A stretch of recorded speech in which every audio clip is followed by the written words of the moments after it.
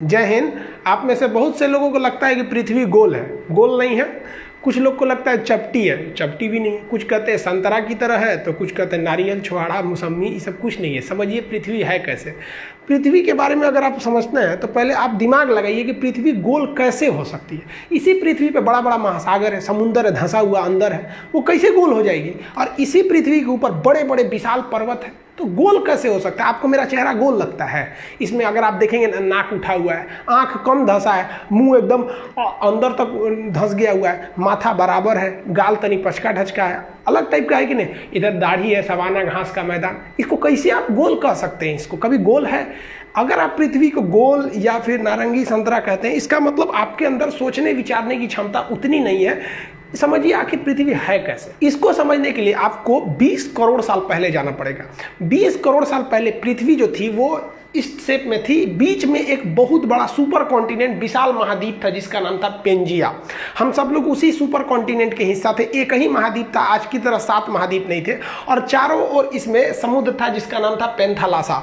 Super ocean का नाम पेंथालासा, super continent का नाम पेंजिया। एक ही महासागर, एक ही महाद्वीप थे। इन्हीं से टूट के कई महासागर बने और कई सारे महाद्वीप बने। वेगनर महोदय ने ही बताया था प्लेटो के मतलब महाद्वीपीय विस्थापन का सिद्धांत। कैसे कैसे ये जो पेंजिया महाद्वीप था ये टूट गया। यहाँ पर धीरे धीरे ये पेंजिया महाद्वीप ऐसे टूटना चालू हुआ। और जब पेंजिया टूटा ना तो इसके ऊपर का एक जो खंड था वो कहलाया लारेशिया और नीचे वाला कहलाया गोंडवाना लैंड। और इन दोनों के बीच एक नए सागर का जन्म हो गया जिसे हम कहते थे तेथिस सागर।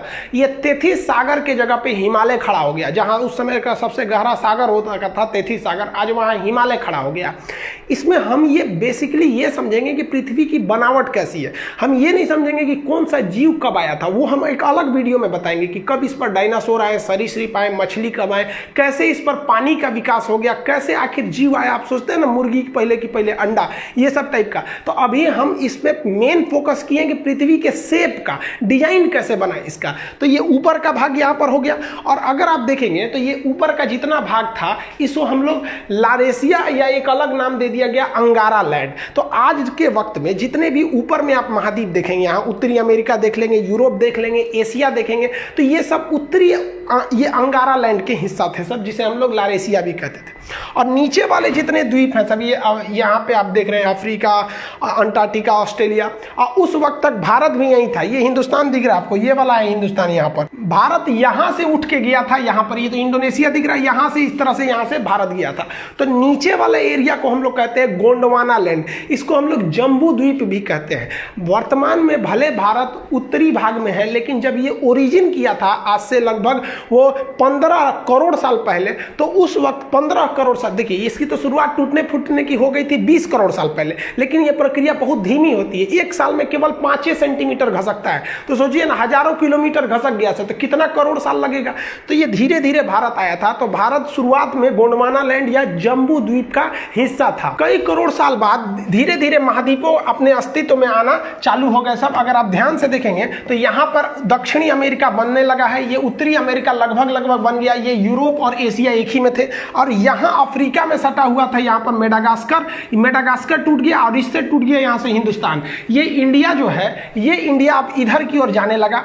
जबकि ऊपर में जो चाइना है, रूस वाला भाग है, उसके नीचे अगर देखेंगे तो तेथिस सागर है ये, और ये भारत है। इन दोनों के बीच में आज भले हिमालय है, लेकिन एक समय था जब तेथिस सागर था।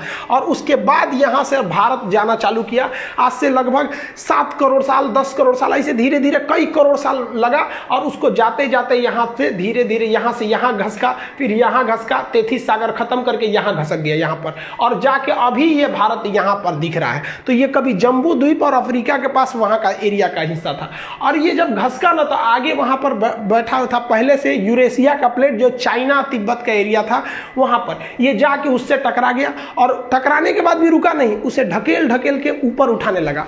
ढकेल ढकेल के जब ऊपर उठाया तो ये एरिया उठ गया और ये विशाल एरिया हाइट पर ऐसे उठ गया। यहाँ पर इसके ऊपर चाइना और तिब्बत का ये एरिया हो गया। ये धीरे धीरे ऊपर जाकर उठ गया। आप अगर यहाँ देखेंगे तो ये इंडियन प्लेट है, ये ढकेल दिया है और खुद नीचे घुस गया है। और ये ढकेलने से यहाँ पे आप देखेंगे तो कई सारे पहाड़ियों का निर्माण हो जाता है। तो इससे इंडियन प्लेट जब उसको ढकेला तो वहाँ एक विशाल पर्वत का निर्माण हो गया। जैसे जैसे अगर आप हाइट पर जाते हैं तो हाइट पर जाने से टेम्परेचर में गिरावट आती है।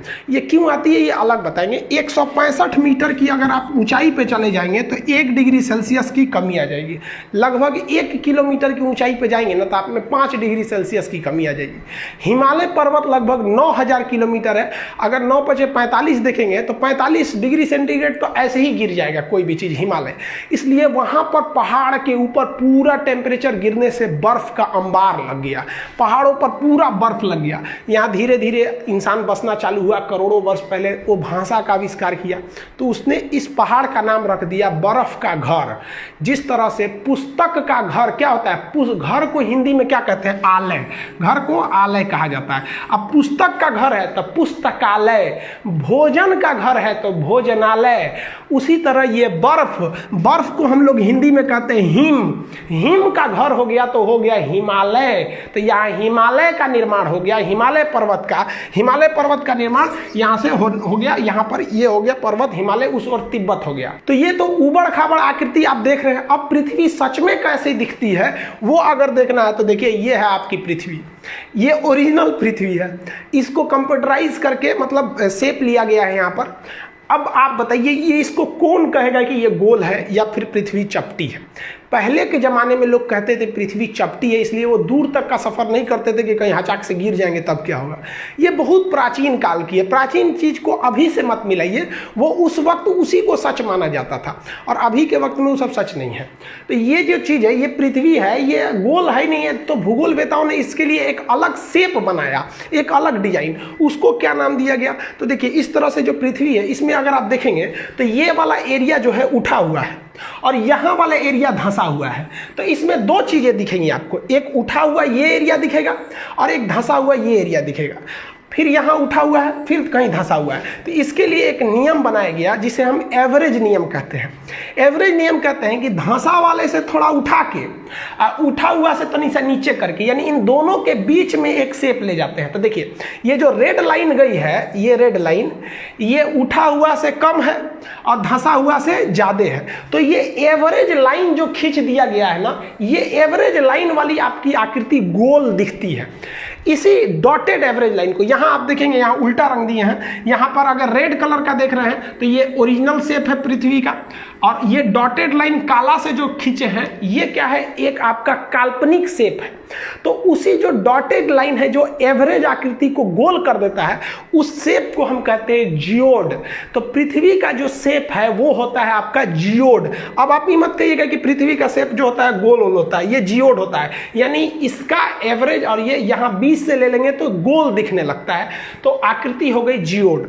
इस जियोड के ऊपर कहाँ कौन पर्वत है, कहाँ क्या चीज है, इस पढ़ने की क्रिया को, जियोड के ऊपरी पढ़ाई को हम लोग जियोग्राफी या भूगोल कहते हैं। आप मैच कीजिए यहां से ज्योग्राफी और जियोड से।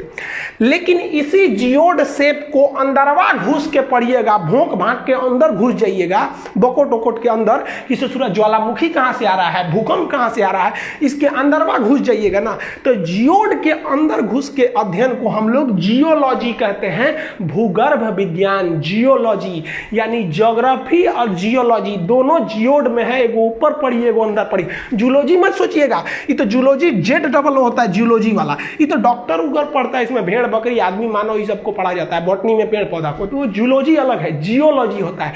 तो पृथ्वी जियोड शेप का है। इस जियोड में आपको भूगर्भ विज्ञान में जूलॉजी पढ़ना होगा, ज्योग्राफी ऊपर ऊपर वाले में। अब ज्योग्राफी में भी कई चीज आ गए, क्लाइमेट के बारे में पढ़ना है, क्लाइमेटोलॉजी, टोपोग्राफी, कई शेप आ जाते हैं, ओशनोग्राफी, इस सब में कई चीजें आ जाती हैं जो आगे दर पर्दा आपको पढ़ते रहना है। तो अब आप समझ गए होंगे कि ये हमारी पृथ्वी है और हम लोग को जो पढ़ाया गया है वो इस तरह से। अब ये 23.5 डिग्री झुकी है, इसका उत्तरी दक्षिणी ध्रुव क्या होता है, इसको समझने के लिए सबसे जरूरी ये चीज होता है आपको पृथ्वी के अंदर का ग्रिड समझना।